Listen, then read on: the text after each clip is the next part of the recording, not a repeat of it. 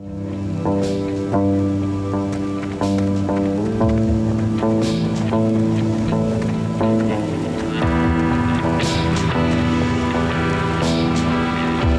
na yun? Baboy!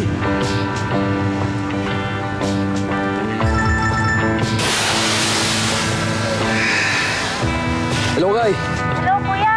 Si Mama, kamusta? Okay na si mama. Sabi ng doktor, ligtas naman na siya eh. Baka nga sa isang linggo, pwede na siya makalabas sa ospital. Salamat naman. O, sige na muna, Kay. Ingat kayo dyan. Ingat ka din. Okay, bye-bye. Baboy!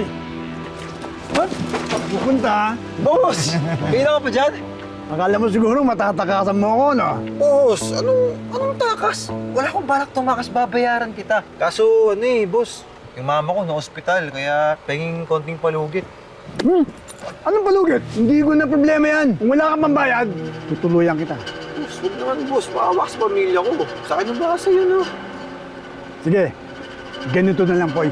Meron akong pagagawa sa'yo. Kapag nagawa mo yon, quiz na tayo. Anong trabaho naman yan, boss?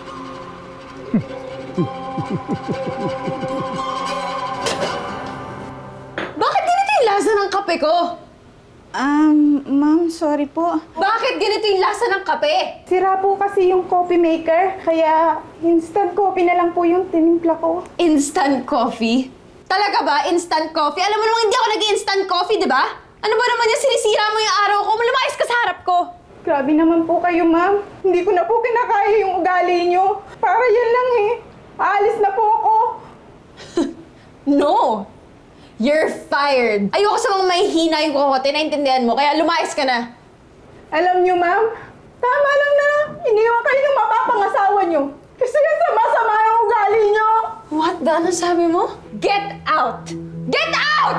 Get out! Alis! Alis! Lumayas ka dito! Get out! Anak, what's wrong with you?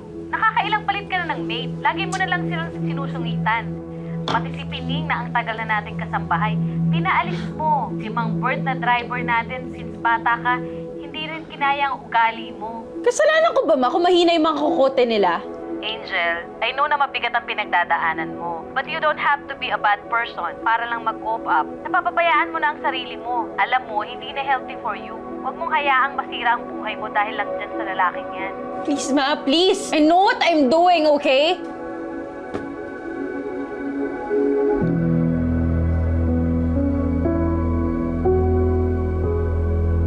Kasi naman, bakit mo ako iniwan, Jake? Bakit?